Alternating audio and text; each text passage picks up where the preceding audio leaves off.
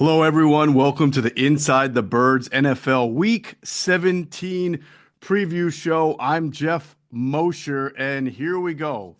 The last 2 weeks of the NFL regular season. Hope everybody has had a great holiday season so far. It is still continuing for lots of us as we go into the new year. People are together with their families. People are home having fun, I hope.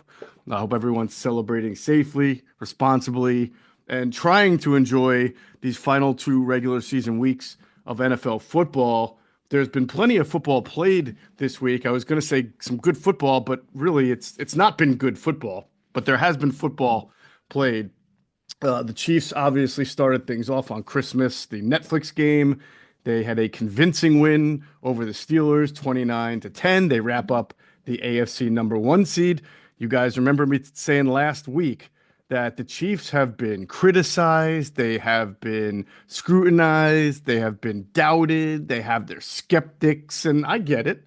I get it. People have thought the Chiefs have looked more vulnerable because of injuries, because of lack of explosion on offense, their offensive line issues at the edges, that they have been more vulnerable this year. But lo and behold, they actually have a better record now than they did last year or the year before at this time. 15-1 is an amazing accomplishment. And if the Chiefs are as vulnerable as maybe a lot of people, including myself at times, thought they were because they were only skating by week after week, getting some help from the referees, well, the Chiefs are here to tell you they're not. They are the number one seed in the AFC, and that was a very convincing and commanding win over the Steelers they had on Christmas, 29-10. The Ravens get back into they capitalize on that Steelers loss. They go and play Houston in Houston. They win the game. Folks, I've been saying for a while, a couple weeks now, more than a couple, maybe a month now, that the Houston Texans are not a very good team. They're going to win the AFC South. I've said that. They will. They have. But they are not a very good team. They have offensive line problems. It has clearly impacted the quarterback. They've lost some guys on defense, and they were just outright humiliated by the Baltimore Ravens, 31-2. 31-2 was the final score, and Thursday night. That is just it's really hard to believe.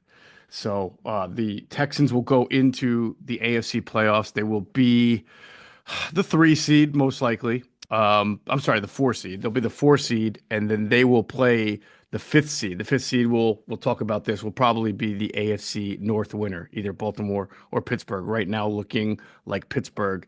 And I would not put it past whoever is the 5th seed, if it's Pittsburgh, to beat Houston in the first round fairly easily, the way the Texans have ended the season.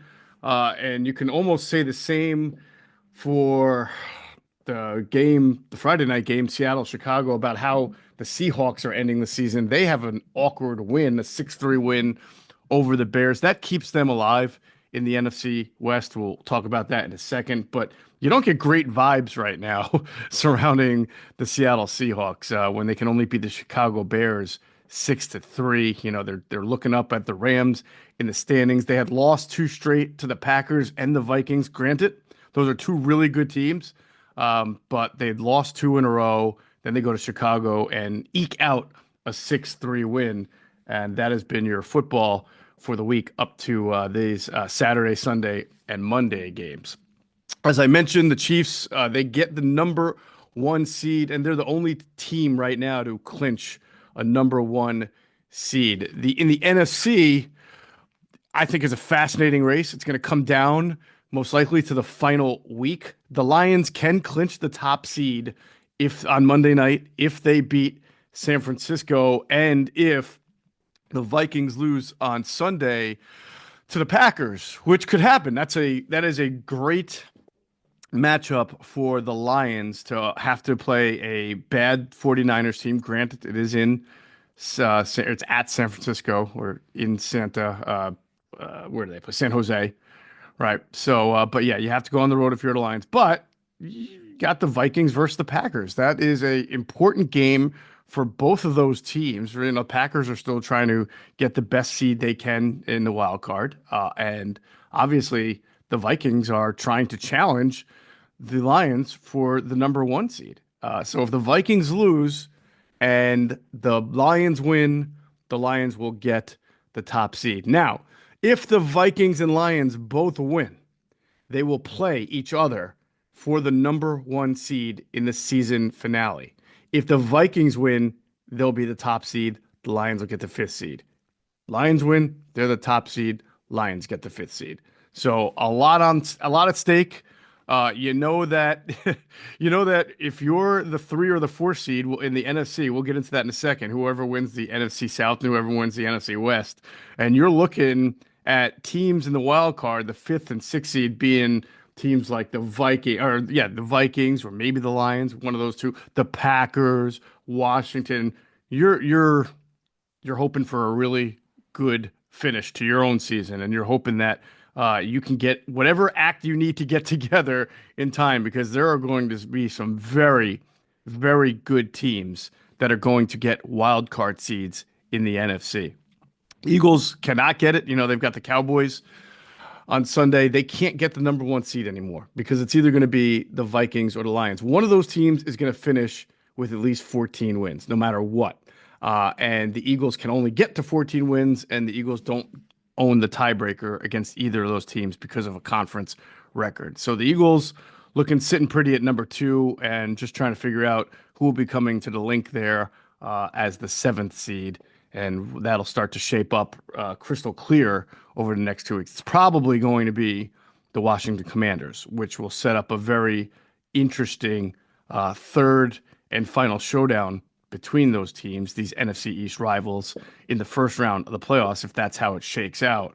And based on how those 2 games have gone in the regular season, we can all buckle up for a really interesting game number 3, if that winds up being the case. It's the likeliest scenario. I think that's the scenario that's going to happen, but we still have to tie up some loose ends here over the final 2 weeks and see how that shakes out. The races that are going to be the most fun to watch over the last 2 weeks, as I mentioned, are the NFC South and the NFC West, trying to get the 3 and the 4 seed. Right now, the Rams are the 3 seed, the Falcons are the 4. But the Falcons are tied with Tampa. They have the same record with these 2 final weeks to play. All right. And again, Tampa has to be 1 game ahead because they've lost to the Falcons twice. So Tampa's got to have a 1-game lead. Now, the Falcons, who are now with Michael Penix as their starting quarterback, had a nice win last week over the Giants, right? Michael Penix looking good. All right. But the Falcons, they have to play the Commanders this week in Washington. Okay, that's not going to be an easy game for Michael Penix. It's not going to be an easy game for the Falcons, who don't have much of a pass rush. It's not going to be an easy game in general. So if you're Tampa Bay, if you're the Bucs, you're looking at this week and you're saying, okay, go ahead, Falcons, go play Washington. We've got the Panthers. The Bucs have to play the Panthers. The Panthers give people some trouble, but the Bucs should be able to beat the Panthers. They had a very disappointing loss. The reason why the Bucs are in this situation is because they blew it and lost to Dallas last week. Scored a lot of points, but they gave up too many. So the Bucs need to get right, and they need to beat the Panthers, and then hope that the Falcons lose to Tampa. I'm sorry, the Falcons lose to Washington, so the Bucs can go back up in the NFC South race by a game, and then they control their destiny at that point. If not, it's going to be a strange final week there, and then maybe Atlanta is the team that gets in as the 4th seed. In the NFC West, you've got the Rams, who have won 4 straight games. They can get to 10 wins if they beat the Cardinals today. That game is today, Saturday game. It is in LA, so they can get to 10 wins. Now, the key for them is that the Cardinals have already been eliminated, so you don't know how much the Cardinals are going to have to play for. And if the Rams win, they'll be 1 game up on Seattle. Again, Seattle beat Chicago 6-3 on Friday night. The Rams have already beaten the Seahawks. So the point is, the Rams are in the driver's seat here. But if the NFC West is still up for grabs when they play each other, the Rams and Seahawks, in week 18. And if the Seahawks do win that game, then it comes down to strength of victory between those two, which is actually still ongoing over these final 2 weeks. So it's going to come down to what develops over week 17 and week 18. Remember, the Rams, though, right now look like they have the superior wins. They have beaten the Vikings this year, and they have beaten the Bills this year. All right. Seattle's best wins right now are over the Broncos and the Falcons. That's just not the same. So it looks like the Rams, as long as they beat the Cardinals here, they can really take care of business. Try not to leave it. If you're the Rams, you don't want to leave it down to this week 18 matchup against Seattle. You beat the Cardinals, you're sitting pretty there. You'll be the number 3 seed. And by the way, the Rams started the year 1-4. We've talked about this a lot. They had injuries everywhere. Offensive line, both wide receivers. I mean, the quarterback was throwing at guys you never heard of. And they started 1-4. Since then, they have gone 8-2. And their only losses are a loss to a very, very good Eagles team that really got the run game going in the second half, as the Eagles are wont to do. That was a close game until the Eagles really pulled away in the second half. And then their only other loss, the Rams, in the last 10 games is a strange loss to Miami, which played a great defensive game. I remember watching that. Miami really had it going defensively that day, but that's it. The Rams, 8-2 in their last 10. This is a team that I predicted would win the NFC West going into the season. I thought the 49ers were going to have a down year. I thought it would be between the Rams and the Niners, and maybe the Rams would win on a tiebreaker. It turns out the Niners have just had one of those terrible Super Bowl loss hangover years, and they could not sober up by the middle to the end of the year. Too many injuries, and so now it's really in the Rams' hands to control the NFC West to get the number 3 seed. And whoo boy, 3-6 probably means Rams Packers in the first round. If we're sitting here today, I think that would be the matchup. Yeah, I'm watching that game. I mean, Rams Packers would be a really, really fun first round matchup. Maybe not so much for the Rams because the Packers are a very, very good team.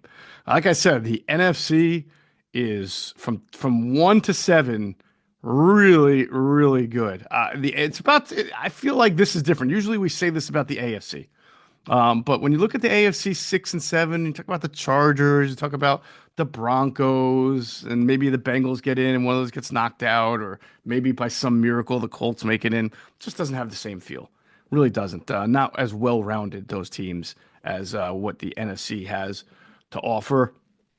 I have mentioned in the AFC, the whole Broncos still alive. I'm sorry, Bengals still alive. They have a shot to get into this thing. I think a lot of people like me have watched this race and thought, I really would like to see the Bengals get into the playoffs. First of all, it would be one of the more incredible 4-week runs that a team has made, because 3 or 4 weeks ago, I think the Bengals had less than a 5% chance to make the playoffs. It's still not good. I think it's only around 25%, but you can see the pathway. It's got to start today. They have to beat the Broncos. They have to. The Bengals have to go 2-0. They need to beat the Broncos, who are ahead of them by 2 games in the playoff race here, the last for a final seed. So they got to beat the Broncos.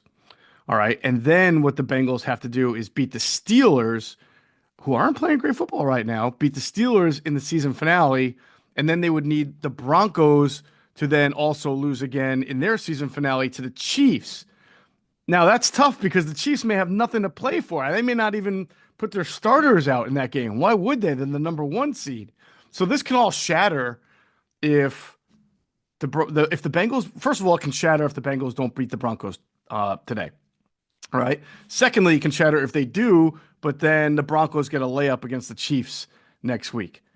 You never know. We have to see how it shakes out. And by the way, it's not only that the Bengals have to go 2-0 and the Broncos 0-2. The Bengals still also need the Colts or Dolphins to lose a game over the next 2 weeks. Now, that's not hard to see. I think the Colts have the Giants this week, so maybe not this week for the Colts, but maybe in their season finale. But they just need one of the Colts or Dolphins to lose. The Dolphins have the Browns, and then they get I think the Patriots or Jets. I have to go check who the Dolphins have to see how they end the season. But really, it's basically four games, two by the Colts, two by the Dolphins, and they need Indianapolis or Miami to just lose one of them. Yeah, they finish against the Jets. So the Dolphins have the Browns and the Jets, and the Colts have the Giants and the Jags.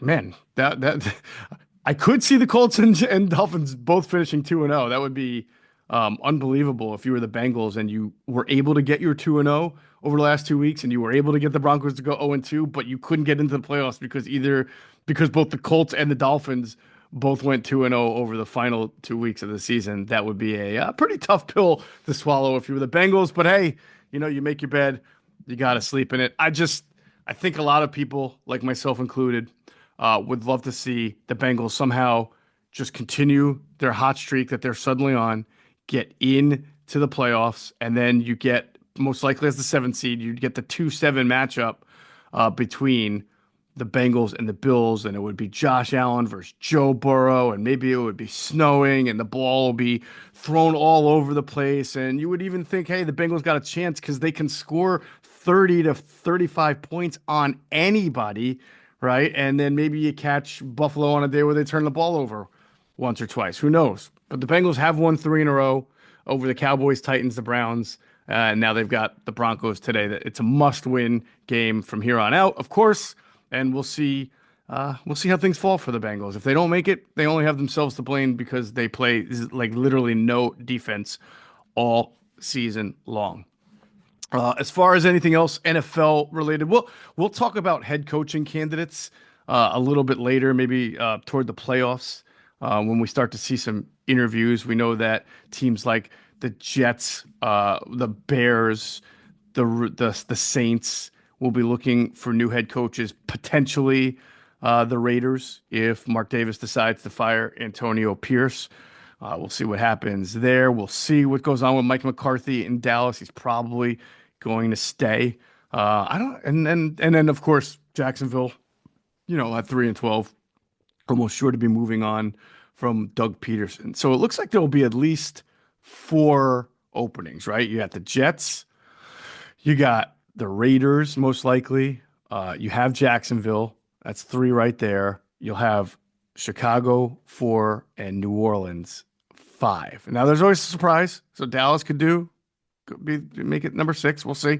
And there could be another team in there that makes a surprising move. I don't know. But at least 5 head coaching candidates. You can start right away with the 2 coordinators from the Lions, offensive coordinator Ben Johnson, defensive coordinator Aaron Glenn, the 2 most deserving coaches. And, if you are the Saints and you decide you don't want to stay with Darren Rizzi, you're probably not going to get Ben Johnson if he takes the Chicago job. But Aaron Glenn, you had him, you had Dan Campbell. You've seen what they've done, in Detroit after leaving New Orleans and being with the Peyton regime. It would be probably a pretty smart move of the Saints to take a long, hard look at Aaron Glenn. I know that they're probably going to be looking for a quarterback, and I know the trend is to want to get an offensive mind, but Aaron Glenn has done a phenomenal job with that Lions defense, given all of its losses, and he certainly deserves as much of a look as Ben Johnson is going to get. So you see those 2 guys. We'll see about Darren Rizzi with the Saints. Do the Saints want to retain him? Do other teams want to look at him? It's hard when you're a special teams coach. Even though you're maybe the most qualified because you deal with everybody, the fact is you're not an offensive mind or a defensive mind. So it's very, very difficult for these guys to get head coaching jobs. It's amazing because, you look at some of the best special teams coaches, Pete Carroll, John Harbaugh. I mean, they've been really successful head coaches in the NFL. Pete Carroll, he might be a guy looking to get back in the NFL. I'm sure if he wants to get back in the NFL, he will get some looks. Brian Flores will absolutely get some interviews for the job that he has done. Really not just with the Vikings. Remember when he was with the Steelers, did a nice job with their defense, goes to the Vikings, does an unbelievable job with them, and he will certainly get some interviews. We'll have to see how the NFL sees Brian Flores for what happened with his time in Miami.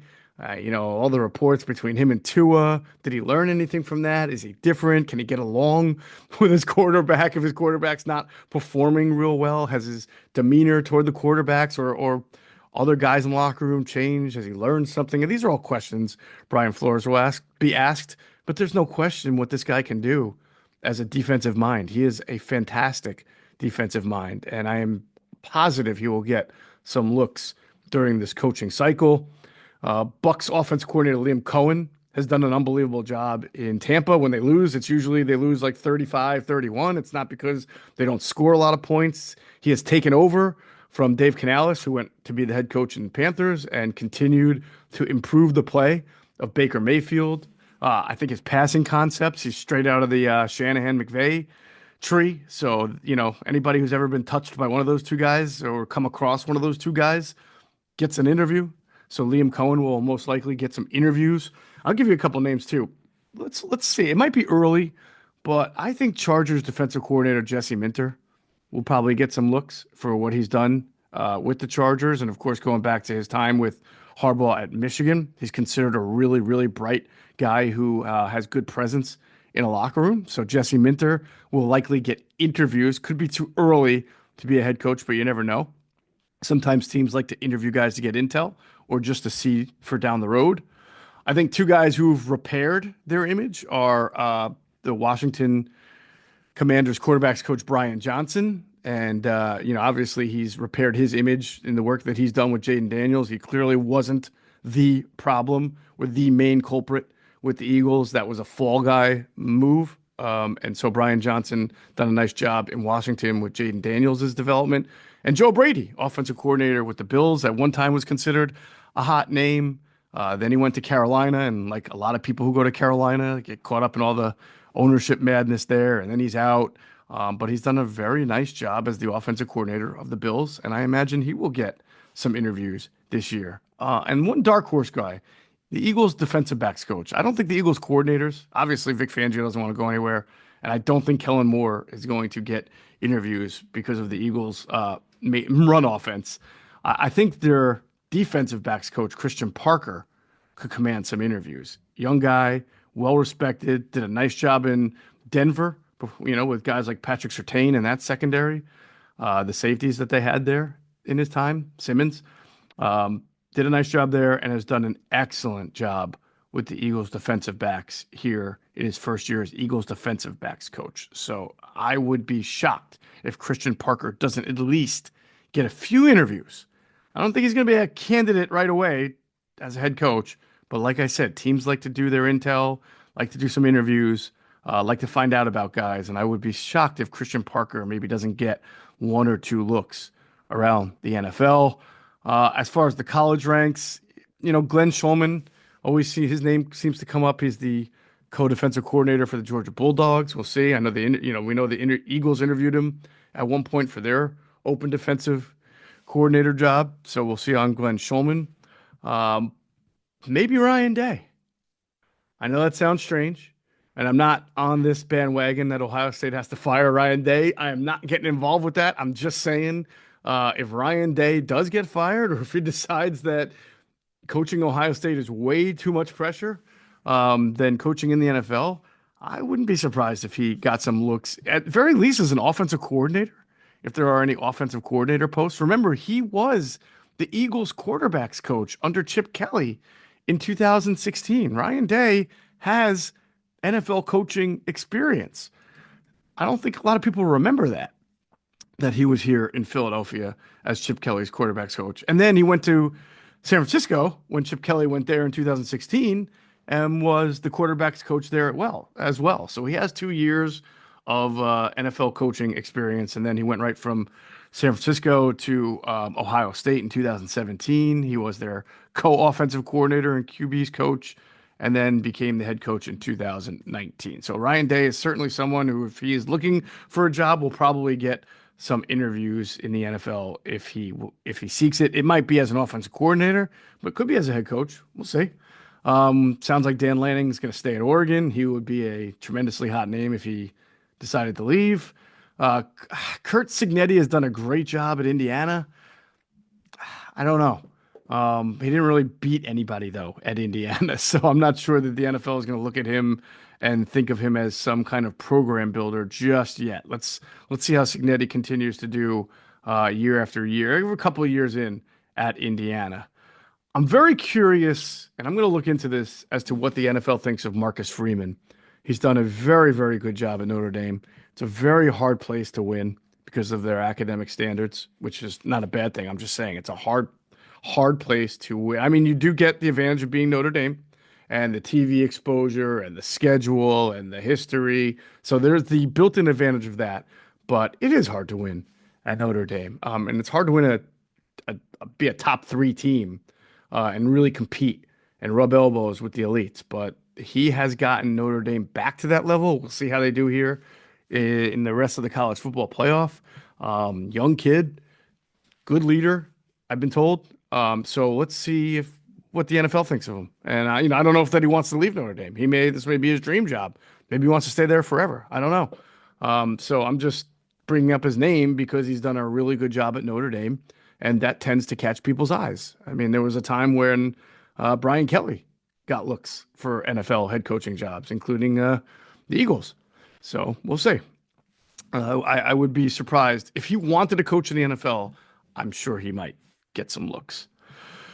All right, into the games. We mentioned the Chargers are in at the Patriots today. They can clinch a playoff berth with a win or with a loss by Miami to the Browns or by the Colts to the Giants. I think they'll just probably get in on their own. Lad McConkey has become a really nice player for them. He will not win Rookie of the Year, obviously, but he's become a weapon for the Chargers, and they don't score a lot of points, but I can see them going into New England and winning like a 24-14 type game. For the Patriots, you just, as the owner said, they got to be competitive. Jared Mayo, it's his first year. He's maybe not judged on wins and losses, but on how his team competes, especially here down the stretch. They were leading the Bills last week, I think 14-0 at one point, and they lost by 3. So did they win? No. Were they very competitive against a Super Bowl contender? Yes. So that looks good on Jared Mayo's record right there, that he kept that game competitive. We already talked about Bengals and Broncos. Burrow is on a tear. The Broncos defense has not been as great as it was earlier in the year. But both teams have a lot of urgency in this game, and it's do or die again for the Broncos. Do or die for the Bengals, who are actually 3-point favorites. I'm a little surprised by that. I don't think I would touch this game if I were a betting man. But the Bengals are still a team that has a losing record, and they are at home. I don't know if the Bengals at home is like the greatest home field advantage of the world, but they are 7-8, and they are 3-point favorites over a 9-6 team. That is very interesting. Tells you a lot about that game. We talked about the other game today. It's the 8 o'clock game. The Cardinals at the Rams. The Cardinals have been eliminated. The Rams have everything to play for. The Rams win games weirdly. They kind of squeak by week after week. They've won some games by scoring a lot of points. Last week they beat the Jets 19-9 after beating the 49ers the week before 12-6. And of course, those games came after they beat the Bills 44-42. So I don't know what to make of how the Rams win games, but I say this every week. The Rams are one of the most well-coached teams in the NFL. McVay has shown it time and time again. This team started off 1-4. I don't think anybody, I don't want to say anybody because I did it. I don't know how many people were with me in picking the Rams to win the NFC West at the beginning of the year. I did. They have a chance to do it. And I remember saying, I'm picking the Rams to win the NFC West, not because I think they are maybe the best 53 in the NFC West, but I think they have a really good offense with the 2 receivers, with Stafford, with what they did on the offensive line with Kyrie and Williams, a young defense, and a great coaching staff. So that is why the Rams are in the position that they're in. They are 5.5-point favorites in that game. Sunday games, you got Jets at Buffalo. I think at this point, the Bills have done everything they can do. They're going to be the number 2 seed. I don't know if I don't think they've clinched it exactly quite yet because they're only one game up on on Baltimore. So they still have to play and win these games, obviously, to avoid getting the 3 seed. So expect them to play hard against the Jets. They're 10-point favorites. It's probably fair. Jets will be that team, looking for cleaning house in the offseason. Be very interesting to see what they do with Aaron Rodgers. But look for the Bills to continue to keep rolling after, the Patriots gave them a little bit of a tough time. And I think the Bills end again on the Patriots. So Patriots, Jets, Patriots is a nice little three-way to end your season for the Buffalo Bills. The other 1 o'clock game, you got the Raiders at the Saints. The Saints are 2.5-point favorites. Both of these teams could be looking for head coaches. At least one of them will be, maybe both. Both will definitely be looking for quarterbacks next year. And they both got some promising players that they can build around once they get a quarterback, especially on offense. The Raiders have Brock Bowers, and he has already proven to be an incredible talent. The Saints will have Chris Olave come back next year, and he is a very good wide receiver. And we'll see what they can get out of Alvin Kamara next year if they can get that offense clicking and going again. It's not going to be like the 40-point offense from the first 2 weeks, but with an offensive line improvement, you put a quarterback in there. Again, new head coach, could be a defensive-minded head coach like Aaron Glenn. The Saints can be back in not too long. Colts at Giants. The Colts are 7.5-point favorites on the road against the Giants. I mean, the Giants can't get out of their own way. They're not trying. I mean, the players try to win games, coaches try to win games, but we know that the ownership, the Giants want the number one pick. They absolutely want the number one pick. They want their choice of quarterbacks, whether it's going to be Cam Ward, Shador Sanders, somebody else, who knows. But the Colts are still alive, and while they're still alive, and I know they're fighting injuries, and Anthony Richardson's banged up, and we'll see what happens there. But as of now, the Colts are going to try. So they're going to try to win these games and see if they can get into the playoffs, and we'll see, how they feel about Anthony Richardson. You got the Eagles at home against the Cowboys, 8-point favorites. Hey, look, Dallas has fought. I said 5 weeks ago, don't be surprised if the Cowboys come into this game winning their last 5 games. Well, guess what? They're 4-1 in that 5-game streak that I spoke about. And the one game they lost to the Bengals was because they muffed a punt that led to the Bengals taking possession and then going and scoring a touchdown. Hey, look, they lost the game, so I'm not right. They're not 5-0, but the point I'm making is even eliminated, I think the Cowboys are going to fight. They obviously beat the Bucs last week. So you know that they're not laying down, and it's never a lay down game. Now, sometimes it's a game where the Eagles just come out and run roughshod, 44-6. We all remember that. But the Cowboys weren't surrendering that game. They just played a crappy game. Tony Romo started that game. So we'll see this game, and we'll see, obviously, with Kenny Pickett most likely being the starter for the Eagles, what that means for their offense, their run game, their passing game, and everything. 8 points. 8 points could be a little bit steep here with how the Cowboys are playing with the Eagles on their backup quarterback. 1 o'clock game still, Panthers at Bucs. We already talked about it. The Bucs have to win this game. If the Bucs slip, and they are 7.5-point favorites, the Bucs slip and don't win this game, even if the Falcons also lose, you look at the Bucs and you say, you blew it. You blew it. You had everything all there at your fingertips. You had a chance to win this division again, and you blew it over the final few weeks of the season, losing to Dallas. And then if you lose to the Panthers, you say, what happened? So I would expect the Buccaneers to rebound, come out strong. I don't know if they're going to cover the 7.5. Panthers have a knack for playing some people tough, but I would think that the Buccaneers are going to get their act together to win that game. Tennessee is at Jacksonville. Jags 1-point favorites. This is a game that, if you're watching this game, you either really, really love NFL football or you really don't like yourself and you decided to punish yourself by watching this game, because I don't know any other reason to watch it, even if you're a fan of either team. Miami at Cleveland. The Dolphins are 6-point favorites at the Browns. Again, Miami not totally out of it, so there's a chance for them, and they have looked to finish the season strong here. They're a weird team. They are really kind of a one-dimensional offense, which I never thought we would be saying about the Dolphins. You know, they don't throw the ball down the field. They give it to HN like 25 times a game, 15 runs, 10 catches, 10 runs, 15 catches. They try to get the ball to Jonnu Smith. Tyreek Hill occasionally pops in and out of that offense. But Miami does have an opportunity to finish strong here at Cleveland and then home against the Jets. And if they do, if Miami finishes 9-8, whether they make the playoffs or not, I think ownership, I think anybody who might have worried about their coach, Mike McDaniel, at a point when they went at one point 1-6 from week 2 to week 9. All right. Remember, Tua got hurt. But ever since that, ever the last, let's see, well, that's 3, 4, they're 5-2 in the last 7 weeks, which is much more what you expected from the Dolphins with all the firepower they have. Now, they have a terrible offensive line. They have to fix that offensive line in the offseason to get back to Super Bowl contention. But certainly going 2-0 and finishing 9-8 would make you feel like the Dolphins next year would be a pretty legit team if they can fix up some of their issues.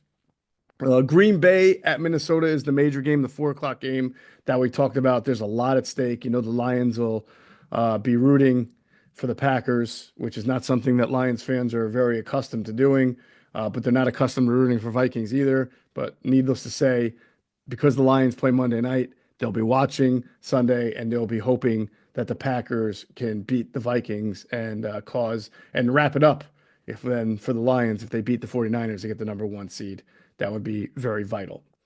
Atlanta at Washington, Falcons at Commanders. The Commanders are 5-point favorites. The only struggle you might have with this is, can the Commanders, after the way they beat the Eagles the week before, although they've kind of done that all year long with these crazy comeback wins, do they lose a little bit of that gusto? Sometimes you see a team have a real unbelievable win, and then the next week they don't bring it because it's not a division game, it's not a rivalry game. But look, you're week 17 and you've not locked anything up yet. If you're the Commanders, you're still in it. So and very much in it, and you're trying to make sure you get that 7th seed. So I expect that the Commanders will be well prepared, well coached, and ready for this game against a Falcons team that, you know, got a little bit of a rejuvenation, I guess you can call it, against the Giants in their 34-7 win. They've won 2 straight, so Penix has come in and, you know, given them a little bit of a boost, but tough atmosphere for them to go into Washington and pull this game out. They do have a very strong running game, and Penix can help the passing game. I just don't think the Falcons, I don't know if they have enough defensively to stop Jaden Daniels. And then, of course, is the Monday night game, Lions at 49ers. The Lions are 3.5-point favorites. The only way the Lions lose this game is if the 49ers, you know, it's home, the weather should be good. If the 49ers, this game could be a shootout because of the Lions defense and all the injuries. I don't think it'll be, but because the 49ers just aren't a great offensive team. They've lost a lot from injuries, and they've got a little bit of turmoil with Debo and everything like that. They've lost their last 2 games. They haven't scored a lot of points in their last 2 games. You know, they lost 12-6 to the Rams. They lost 29-17 to the Dolphins. So they're going to have to go point for point to beat the Lions, and I don't think that they can do that. So I look for the Lions to roll here, and depending on how things shake out with Green Bay and Minnesota, the Lions might be able to get this thing done in that game. Be very, very surprising to me if the Lions were not able to beat the 49ers. All right. So those are the games. As far as my picks, I had another great week. I went 3-0 last week. That was my 2nd straight 3-0 week. I am now 28-20 on the season. I would love to finish 3-0 again and get to 31-20. I would consider that a pretty strong season. Last week, I had the Packers covering the 13.5. They were giving the Saints. They won 34-0. I had the Chiefs covering the 3 against the Texans. They did that. They won by 8. And I had Miami covering the 1 they were giving to the Niners. They won by 12. So I went 3-0 there. This week, I like the Rams against the Cardinals because I was looking for a team that still has something to play for, which is the Rams against a team that has nothing to play for, which is the Cardinals. So Rams 5.5 point favorites. I expect the Rams to cover that 5.5. I'm going to take the Commanders, giving 5 to the Falcons. Like I mentioned, you worry a little bit about a letdown with the Commanders, but they've been in this situation before. They have everything to play for.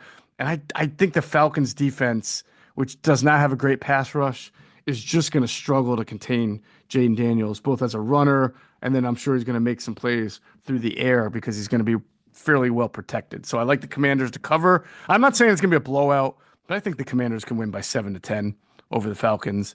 And then, of course, the Chargers, I'm going to take them to beat the Patriots and cover the 4.5. This is going to be a tough defense for Drake May to play against. Now, the Patriots have been competitive, but this one has the feel of sort of a 24-14 type win for me for the Chargers, where the Patriots are going to have a tough time scoring points. And I think the Chargers are doing a little bit better offensively lately. I mentioned Ladd McConkey. So I like the Chargers to cover the 4.5 there over the Patriots.